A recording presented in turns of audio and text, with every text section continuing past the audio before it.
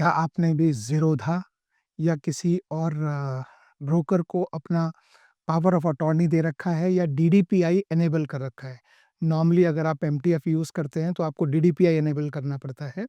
तो डीडीपीआई से क्या होता है कि आपके सीडीएसएल के जो अकाउंट होते हैं, उसमें से आपका ब्रोकर आपसे पूछे बिना उसमें से शेयर निकाल कर सेल कर सकता है आपके लिए। लेकिन ये एक बहुत बड़ा सिक्योरिटी रिस्क भी होता है और अभी रिसेंटली मैंने मेरा डीडीपीआई दोबारा से डिसेबल किया क्योंकि मैं एमटीएफ बहुत ज़्यादा यूज़ नहीं करता हूँ।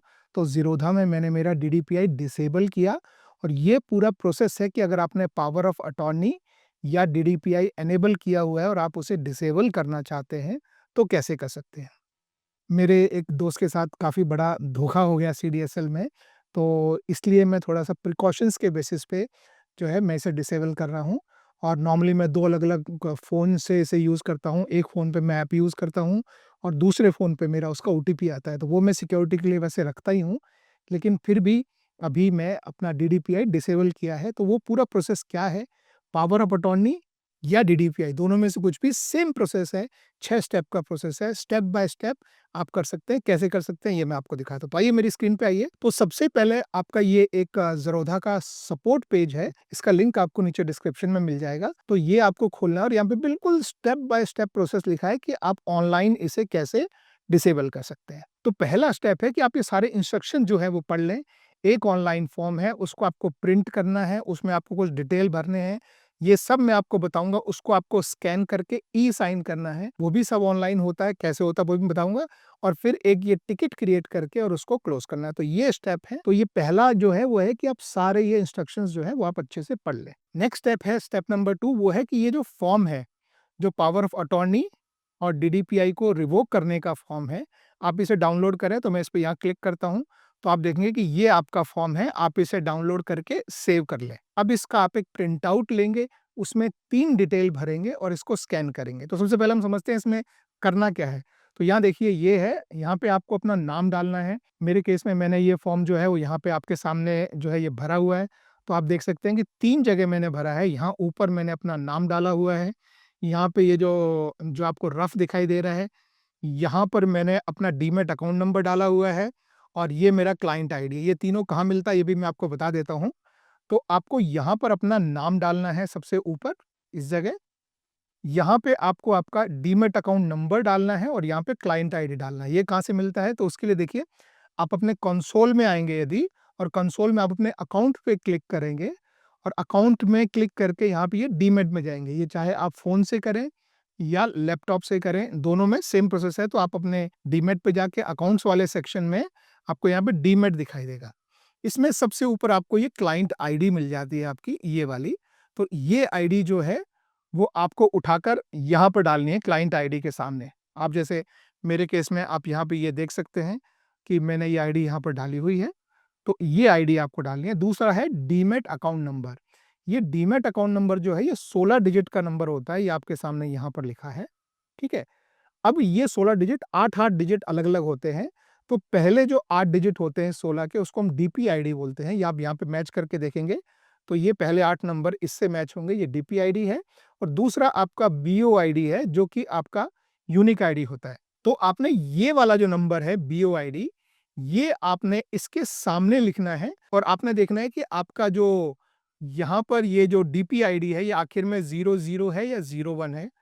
अगर 00 है तो आपने 00 वाला रखना है, 01 को आपने क्रॉस कर देना है और यदि यहाँ पर आखिर में 01 है, तो आपने 01 वाला रखना है और इस वाले को आपने क्रॉस कर देना है। जैसे आप यहाँ मेरे केस में आप देख सकते हैं कि मेरा 00 है, तो 01 वाला मैंने क्रॉस किया हुआ है, ठीक है? तो ये 3 चीज़ें आपको इसमें भरनी है। फिर इसका आपको जो है स्कैन करना है और स्कैन करने के बाद आपको इस तरह का जो है दिखाई देगा, ये मैंने स्कैन किया हुआ है। तो आप देख सकते हैं कि यहाँ पे ये मैंने अपना नाम लिखा हुआ है, यहाँ पे मैंने अपना क्लाइंट आईडी डाला है और ये जो डीमैट अकाउंट नंबर के आगे जो आपको ब्लर दिखाई दे रहा है, तो ये मेरा डीमैट आईडी है जो मैंने यहाँ से बीओआईडी से पिक किया है। तो ये करने के बाद आपका एक स्टेप नेक्स्ट जो है वो फिनिश होता है। अब स्टेप 4 जो है वो है कि आपको अब इसको स्कैन करना है। स्कैन करने के लिए आप अपना फ़ोन यूज़ कर सकते हैं। बहुत सारी स्कैन करने के ऐप आते हैं, जैसे एडोबी का स्कैन ऐप आता है या कोई भी दूसरी स्कैन करने वाली ऐप से इसको स्कैन करके एक कॉपी आप सेव कर लें और फिर दोबारा इस पेज पे आएँ। तो आपने ये स्टेप कर लिया, ये स्टेप कर लिया, स्कैन करके और अब आपको उसको ई-साइन करना है। तो ई-साइन करने के अब जो प्रोसेस है, वो हमारा जो डिजी लॉकर होता है, हम उससे ई-साइन करेंगे।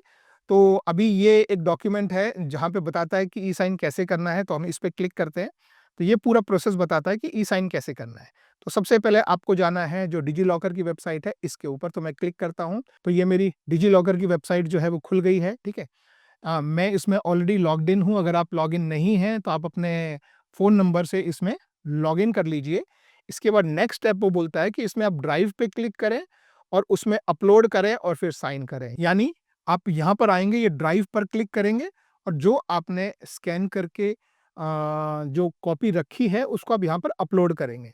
तो उसके लिए ये न्यू पे मैं क्लिक करूँगा और ये अपलोड फाइल पे मैं क्लिक करूँगा और मेरी जो फाइल है यहाँ पे, वो मैं यहाँ अपलोड कर दूँगा इस तरीके से। तो आप ये देख सकते हैं कि ये मेरी फाइल मैंने बनाई है, इसको मैं यहाँ पे जो है इस तरीके से अपलोड करता हूँ और आप देखेंगे फाइल सक्सेसफुली अपलोडेड और ये फाइल यहाँ पर दिख गई है, ठीक है? तो ये आपने फाइल अपलोड कर दी, अब इसको हमको ई-साइन करना है।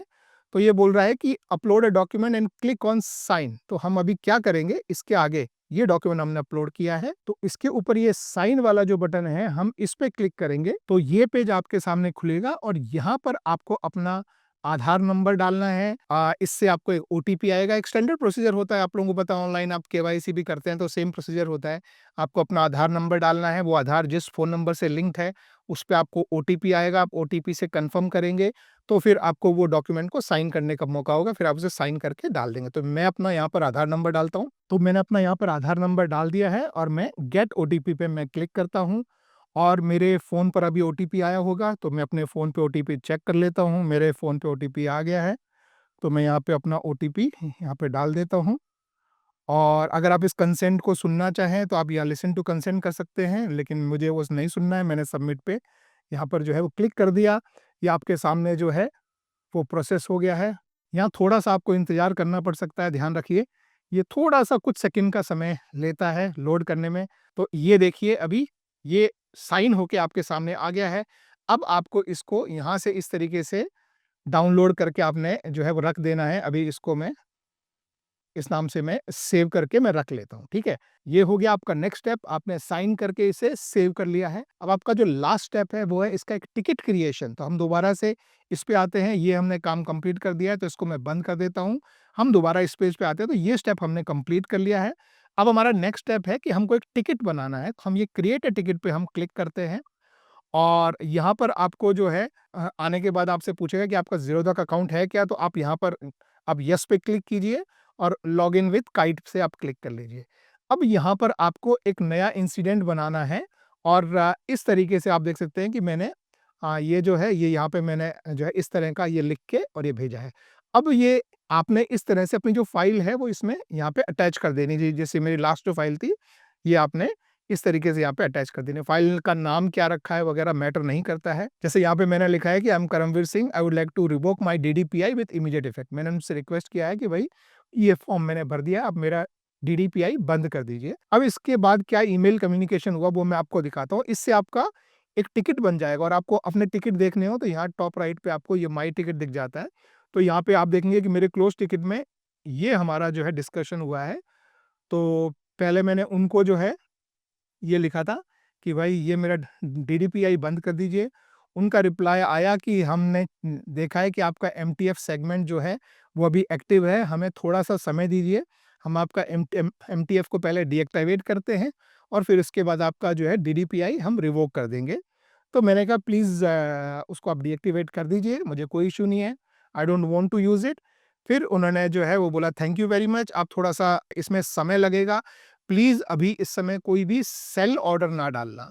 जो सीएनसी वाले सेल ऑर्डर हैं, वो इसलिए क्योंकि अगर आपने सेल ऑर्डर डाला तो वो डीडीपीआई को यूज़ करेगा और डीडीपीआई यूज़ होगा तो फिर वो इमीडिएट डिसेबल नहीं हो सकता।